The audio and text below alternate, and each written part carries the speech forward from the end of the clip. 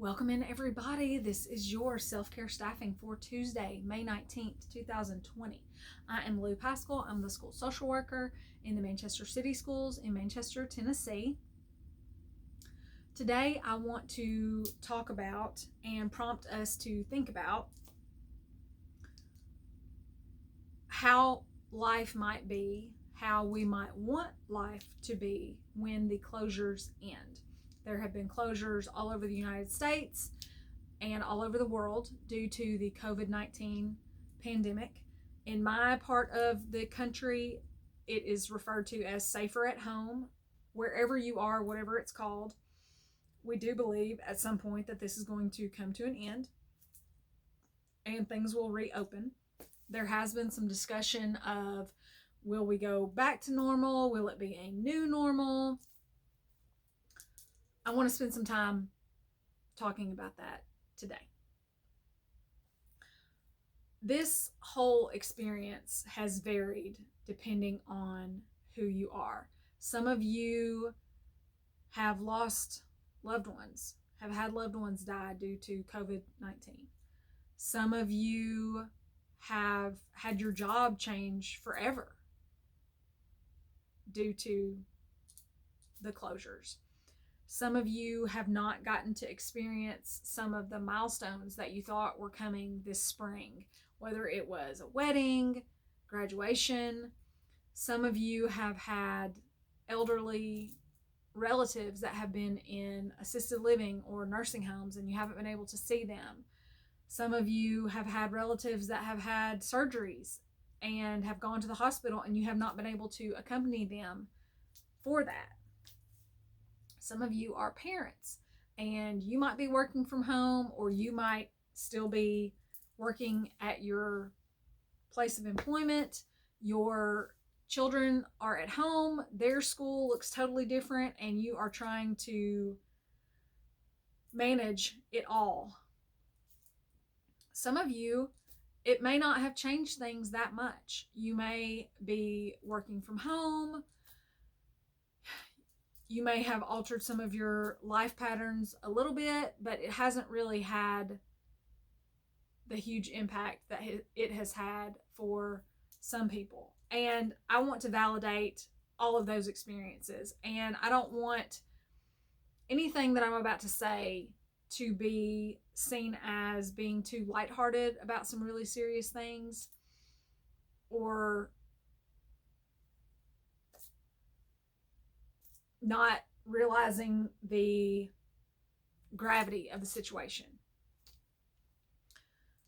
Having said all that, this has been life-changing in a lot of ways for a lot of people. And it is an excellent opportunity to reevaluate. Since we've had sort of this interruption or alteration or whatever you want to call it to our normal, it does prompt and give us an opportunity to think about, how do we want things to be when some of these restrictions are lifted. Some of us want to go back to things exactly as they were. Some of us have looked at how things were and thought, that really wasn't that great, or I don't miss that much, or kind of are beginning to envision how we might like our lives to be different once we have the opportunity to get back into some of our patterns. So I think that's a question that we can be asking ourselves right now. Do we want our lives to be different after the safer at home or whatever restrictions, whatever they're called in your region? Do we want life to be different after those have been lifted or after they have lapsed? There's been a lot of discussion during this time of kind of two ends of a spectrum. One is, well, this is all really hard and it's okay to rest. It's okay to nurture yourself. You don't have to have these super high expectations of productivity. You don't have to have that expectation that you will accomplish everything that you never had time for in the past. That's one end. The other end is, for a lot of us, even if we're still working from home, there has been some flexibility that has allowed us to do those projects that we had on our list, or do some self-development or some professional development that just never quite got done in the busyness of our prior lives. So those are two kind of different ends of the spectrum. And you may fall somewhere in the middle of that. So here are some self-care check-in. Well, here is a self-care check-in question for you. What self-care practices do you want to take with you back into, quote, normal life? So for me, if you've been watching these videos since the beginning, you know that I had a quarantine #quarantine_goals list. And one of the things on my list was that I wanted to read this book, The Curly Girl Method, about if your hair was really more naturally wavy or curly, but you're straightening it all the time, what could you do to sort of embrace the natural state of your hair? And so I read that book and I got some products, and I've, as you can see, been sort of going that way with my hairstyle. And so I'm not sure that I'll do that all the time when I am going into my schools again, when I'm back out in the world, but I think that I used to straighten my hair every single day that I went out of the house. So I do think that I will probably have at least maybe a mix and do this sometimes and maybe still straighten some other times. I don't know. But that's one thing that I want to take with me into normal life. And these are sort of lighthearted things, some of them. And again, I don't say any of this to make light of something that's very serious that has happened in your life, but I can only speak for what's gone on in my life. Another one of the things that I want to take back into life after the safer at home ends is the use of technology. I think a lot of us have had a lot more opportunity, or we've had the need, maybe we always had the opportunity, but the need has been there more to use technology, since we are supposed to be physically distancing. So we can't get together to meet, or we shouldn't, or we have been advised not to get together to meet while this has been occurring. So I use technology a lot. I enjoy technology. I am always looking for new ways to implement it to make things more efficient in my life. And I think especially with meetings, I think even though it was 2020 and we had all these tools, for whatever reason, we sometimes would still kind of feel like we wanted everybody face to face around the table, and we would try to find a time when everybody could meet. And sometimes you do want people face to face, and that is probably something that we will still do from time to time when all of this, when things reopen. However, I think, or I want to kind of keep in the back of my mind that it's a much more doable option now to meet virtually, now that some of us are more into the habit and practice of doing that. And I think that will be good. I think that will make us more efficient and more productive, and it will allow everybody that we want to be there when it just would not be realistic to do so face to face for whatever reason. So I think we'll be able to it'll be more likely we'll maybe be more prepared to get all of our stakeholders to the table, even if it's virtually, than we might have had the opportunity to do in the past, because we kind of had that idea that we wanted everybody face to face.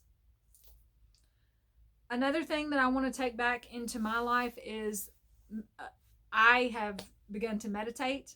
I talked about that also on the #quarantine goals list. I started a meditation practice, and it's really been good, and I want to continue to make time for that when life starts to resemble what it did before COVID-19. So those are just some examples. Again, some lighthearted examples, and I'm not trying to invalidate anything that has occurred for you.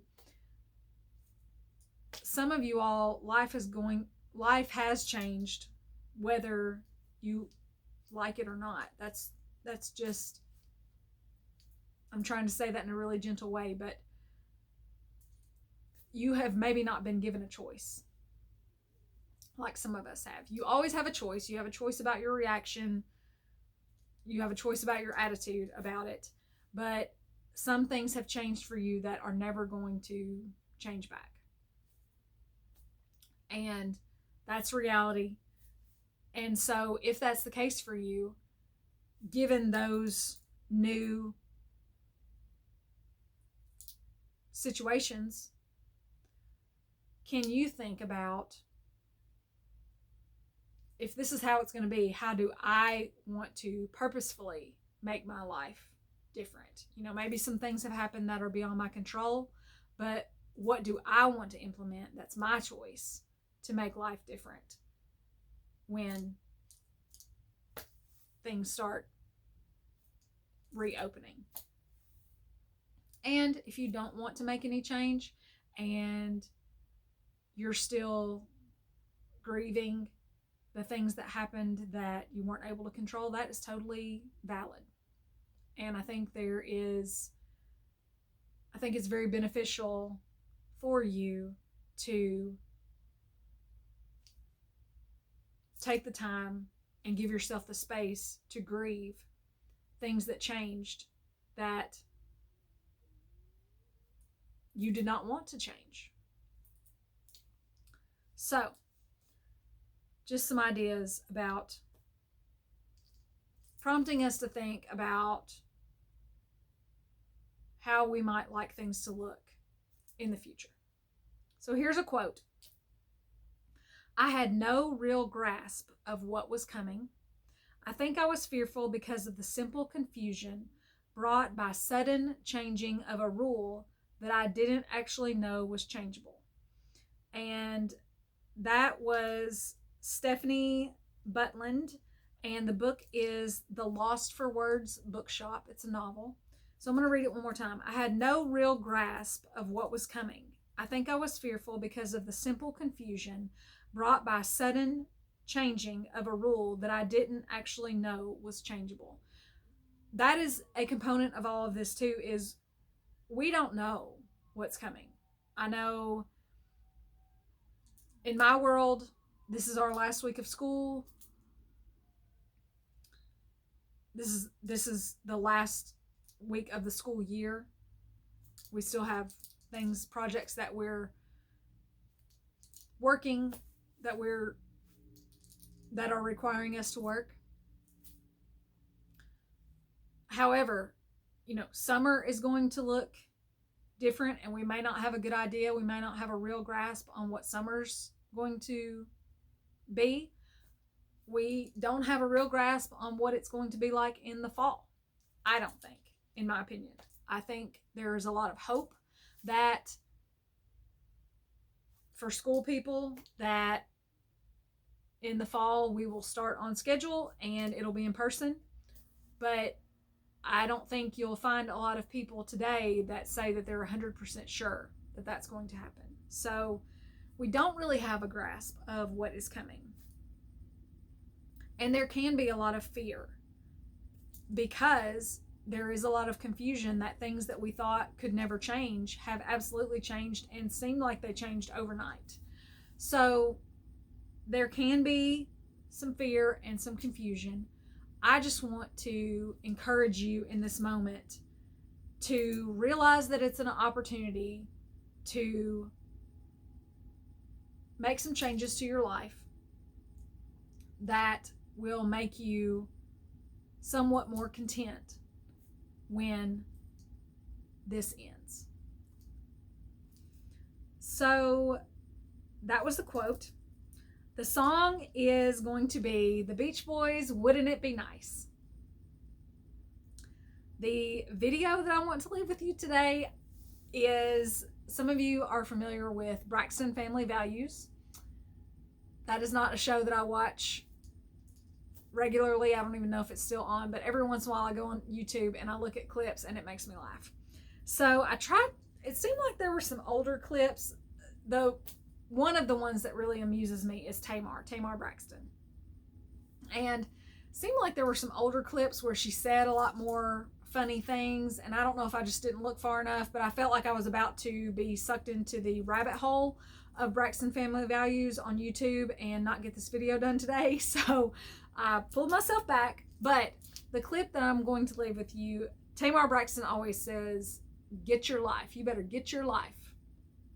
And so the clip is from, I think it's Anderson Cooper Live, and this lady is interviewing Tamar Braxton, and she asks Tamar to talk about what get your life means. So that is my encouragement to you today, is to figure out how to get your life. If you haven't gotten your life yet, you may have had your life before COVID-19, and that may be part of your grief process too, is that it was exactly the way you wanted it, and then things changed drastically. But get your life. This could be an opportunity for you to figure out how to get your life, as Tamar Braxton says. So that is the video for today.